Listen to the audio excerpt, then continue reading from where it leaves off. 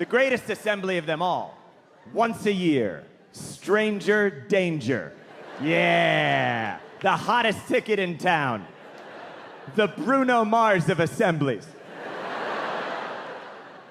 You are gathered together as a school, and you are told never to talk to an adult that you don't know. And you are told this by an adult that you don't know. We had the same stranger danger speaker every year when I was a kid. His name was Detective J.J. Bittenbinder. Go ahead and laugh. His name is ridiculous. That was his name. It was J.J. Bittenbinder. He was from the Chicago Police Department. He was a child homicide expert. And, oh, geez. Very sorry, Radio City. Did that make you uncomfortable? Well, guess what? You're adults, and he's not even here. So try being 7 years old, and you're sitting 5 feet away from him. He's still got blood on his shoes. And he's looking at you in the eye to tell you for the first time in your very young life that some adults find you incredibly attractive. And they may just have to kill you over it. Okay, c'est la vie. Go be kids. Go have fun. Bittenbinder came every year. By the way, Detective J.J. Bittenbinder wore 3-piece suits. He also wore a pocket watch. 2 years in a row, he wore a cowboy hat.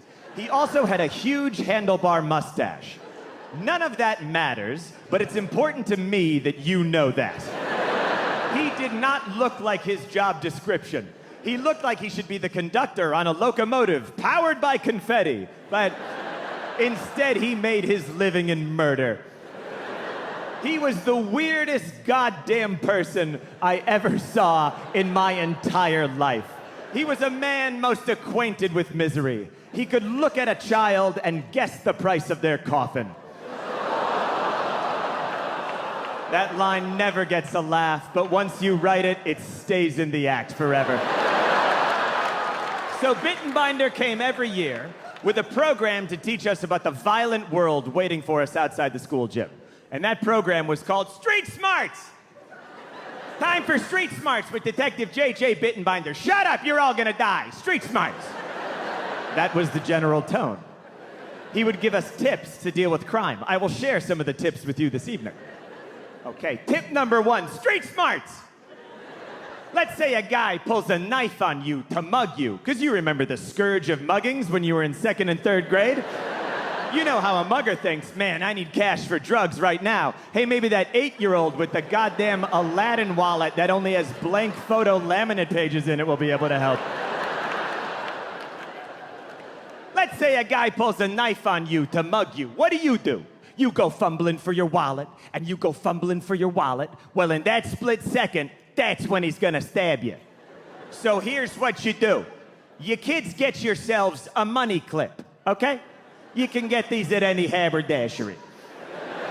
You put a $50 bill in the money clip. Then, when a guy flashes a blade, you go, you want my money? Go get it. Then you run the other direction. And our teachers were like, write that down. They're like, buy a money clip? Engraved, question mark? You go home to your parents, hey, Dad, can I have a silver money clip with a $50 bill in it, please? Don't worry, I'm only gonna chuck it into the gutter and run away at the first sign of trouble. The man with the mustache told me to do it. Tip number 2, Street Smarts. Let's say a kidnapper throws you in the back of a trunk. This was at 9 in the morning. Let's say a kidnapper throws you in the back of a trunk. Don't panic. Once you get your bearings, find the carpet that covers the tail light.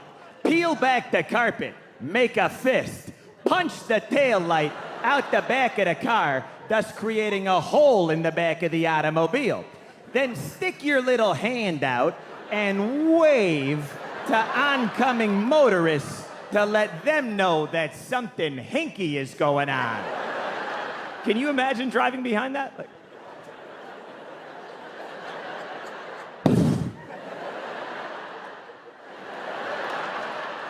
I think they're turning left. Tip number 3, street smarts. You kids have no upper body strength. And we were like, we know, but hey. If some guy tries to grab you, you can't fight him with fists. So here's what you do. You kids fall down on your back and you kick upward at him. That'll throw him off his rhythm. That was a big thing with Bittenbinder, was throwing pedophiles off their rhythm.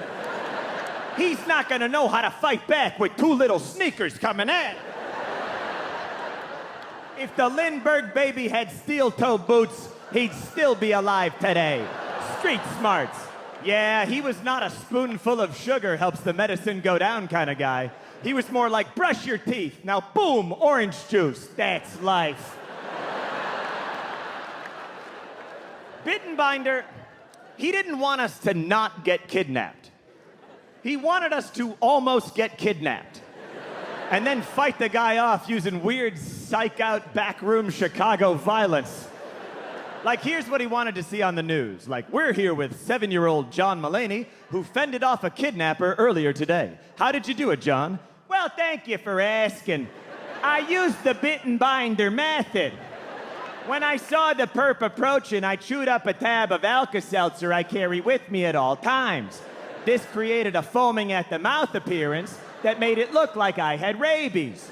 Now I've thrown him off his rhythm.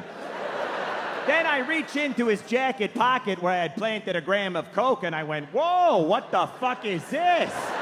And he goes, that's not mine. And I never seen that before. I go, boo-hoo, it's in your jacket. And you're doing 2 to 10 and your kids are going into social services.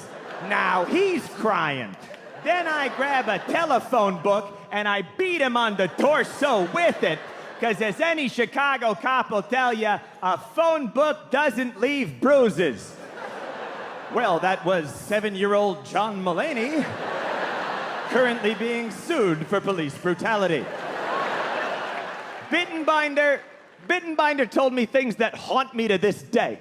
He came one year for assembly. He goes, okay, when you get kidnapped, not if, when.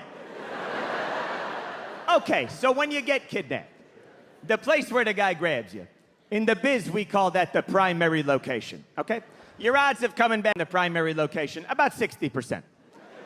But if you are taken to a secondary location, your odds of coming back alive are slim to none. I am 35 years old, and I am still terrified of secondary locations. If I'm at a place, I never want to go to another place. I'll be at a wedding reception and someone will be like, hey, you coming to the hotel bar after? We're all gonna get drinks and keep the party going. I'm like, nah, sister. You're not getting me to no secondary location. You want it? Go get it.